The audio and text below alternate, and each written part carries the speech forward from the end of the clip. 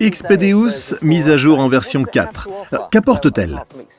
En plus d'accepter les nouveaux disques haute fréquence et le pinpointer MI6, elle propose également de nouveaux réglages dans les menus et des programmes qui font passer le Deus à un autre niveau.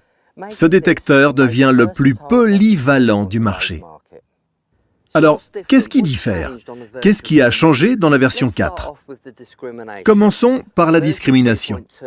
Avec la version 3.2, la discrimination ne descendait pas en dessous de 0 et certaines petites cibles ferreuses étaient encore rejetées à 0.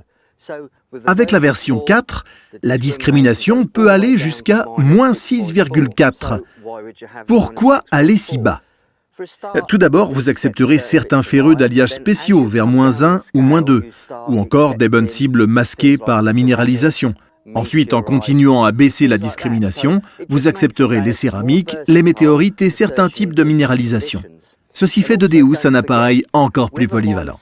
Ainsi, lorsque vous utiliserez la discrimination en version 4, vous tirerez les meilleures performances de votre Deus. Par exemple, sur un site où ont été trouvées quelques monnaies ou un trésor éparpillé, si vous souhaitez récolter les toutes dernières cibles, alors utilisez la discrimination négative, car elle rendra le Deus plus performant. Lorsque nous sommes en mode discrimination, nous pouvons rapidement ajuster le son des cibles en entrant dans le menu Expert. Le Deus en version 4 a une gamme de tonalités légèrement différente qui démarre à 120 Hz jusqu'à 993 Hz. Une tonalité plus élevée peut rendre le signal plus audible pour une personne malentendante. La version 4 possède une nouvelle identification graphique de type oscilloscope nommée XY. L'identification XY est une excellente option pour identifier les cibles difficiles. Vous pouvez sélectionner l'identification de votre choix de manière très simple. Tout ce que vous avez à faire, c'est de sélectionner Options, Configuration, Profil, et vous verrez apparaître l'option Graphique. Pressez le bouton plus ou moins pour choisir le graphique que vous désirez. Vous remarquerez que l'écran XY est très différent de l'écran que nous utilisions dans la version 3.2. L'écran XY donne une série de lignes et de courbes selon que la cible est ferreuse ou non, et la longueur de la ligne détermine la taille ou la force de la cible. Ainsi, une cible grande ou peu profonde donnera une ligne longue, tandis qu'une cible petite ou profonde donnera une ligne très courte. Pour affiner, pressez la touche Zoom. Pour activer le zoom, pressez le bouton Pinpoint quelques secondes pour voir s'afficher le facteur de zoom de 1 à 10. Si vous définissez la fonction zoom sur 1, il faudra une grande cible pour activer le graphique, alors que des niveaux de zoom plus élevés nécessiteront des cibles plus petites pour lancer cette fonction. Nous avons 3 cibles ici, une monnaie, un morceau de coque ou charbon et du fer. Je vais vous montrer comment l'identificateur XY représente ces différentes cibles. Commençons par le fer. Comme vous pouvez le voir, la ligne part du cadran en bas à droite vers le haut à gauche. La seconde cible est une coque. Trace verticale, du bas en haut. Une signature typique des coques. Ainsi que l'indice de la cible dans le coin supérieur gauche qui oscille entre 25 et 27. À présent, la monnaie. Du bas à gauche vers le haut à droite, c'est la signature typique d'une monnaie.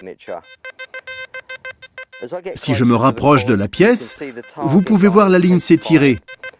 Si je m'éloigne pour simuler une cible profonde, la ligne raccourcit.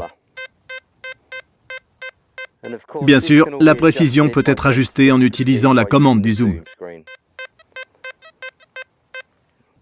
Comme vous pouvez le constater, l'écran XY est très précis.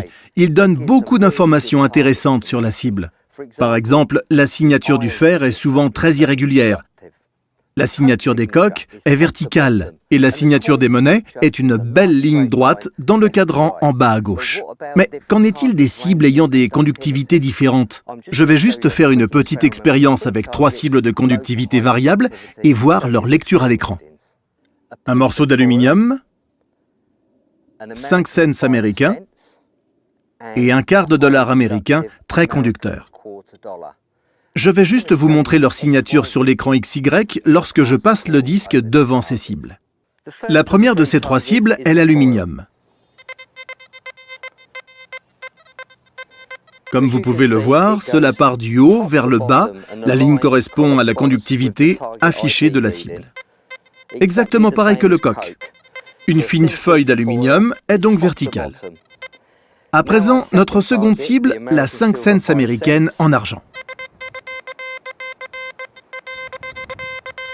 Quelque part au milieu. L'indice est de 58. Notre troisième cible est la pièce en argent très conductrice.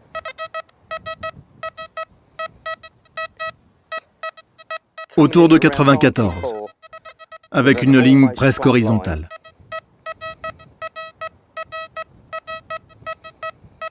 Une nouvelle fois, l'utilisation de l'écran XY a rendu l'identification des 3 cibles plus facile. À présent, voyons la réactivité. La version 3.2 possédait un réglage allant de 0 à 5. Les réglages les plus utilisés étaient les niveaux 2 et 3. À présent, avec la version 4, nous avons un réglage intermédiaire à 2,5, ce qui rend le Deus plus polyvalent, quelles que soient les conditions de recherche. Amélioration des programmes existants. Programme numéro 4 Pitch et programme numéro 10 Goldfield. Le programme numéro 4, Pitch, possède désormais une tonalité pour les ferreux. Vous pourrez ainsi obtenir plus d'informations dans ce mode. Le mode Goldfield possède une discrete IAR améliorée, ainsi qu'un seuil audio et un filtrage du sol enrichi. La version 4 dispose à présent d'un système de tracking des effets de sol. Vous remarquerez que votre barre de minéralisation est beaucoup plus active, ce qui permet de traquer des sols faiblement minéralisés. Grâce aux améliorations du filtrage du sol, le rejet dans le mode statique est à présent plus précis sur les petites cibles. Dans la version 3.2, dans le menu disque, on voyait s'afficher le numéro et le nom du disque. Dans la version 4, seul le numéro de série s'affiche à présent comme nom du disque. Si vous voulez supprimer un disque, tout ce que vous avez à faire est de rentrer une série de 0 à la place du numéro de série et il sera effacé. Étant donné que le Deus accepte à présent les nouveaux disques haute fréquence, le processeur doit travailler 2 fois plus vite, ce qui réduit un peu l'autonomie de la télécommande et du casque. Elle est d'environ 20 heures. Vous disposez de 2 nouveaux programmes dans le menu du Deus. Le programme numéro 6, Deep, et le programme numéro 9, Hot. Ils sont classés comme programmes pro et peuvent nécessiter quelques ajustements. Je vous parlerai un peu plus de ces programmes à la fin de la vidéo. Juste un mot concernant le casque et la télécommande en version 4. Lorsque vous éteignez les casques, ils mémorisent des réglages de volume que vous retrouverez à la prochaine mise en route. Notez également que lorsque vous utilisez le casque et la télécommande, et que vous éteignez celle-ci, le disque redémarre pour accepter le casque en maître. Voici donc la mise à jour version 4 du Deus. Ai-je oublié quelque chose ? Oui, une chose. Je vous ai parlé des nouveaux programmes d'usine, numéro 6, Deep, et numéro 9, Hot. Ce sont 2 programmes vraiment différents. Vous savez déjà que ce sont des programmes pro. Sachez qu'ils utilisent un système de filtrage particulier. Le filtrage est la manière de lire le signal du sol.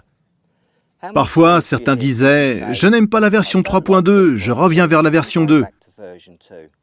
Eh bien, le programme numéro 6 utilise un traitement du signal proche de la version 2. Donc, si vous préfériez utiliser la version 2 du Deus, passez sur le programme Deep comme base de travail. Ajustez vos propres paramètres et enregistrez-les. Si vous préfériez la version 3.2, utilisez alors tout autre programme et enregistrez-le dans les emplacements de 11 à 18. C'est la cerise sur le gâteau de cette mise à jour en version 4 du Deus. Aucun besoin de revenir aux anciennes mises à jour, elles sont déjà présentes dans les programmes de la V4. Merci de m'avoir suivi. À bientôt.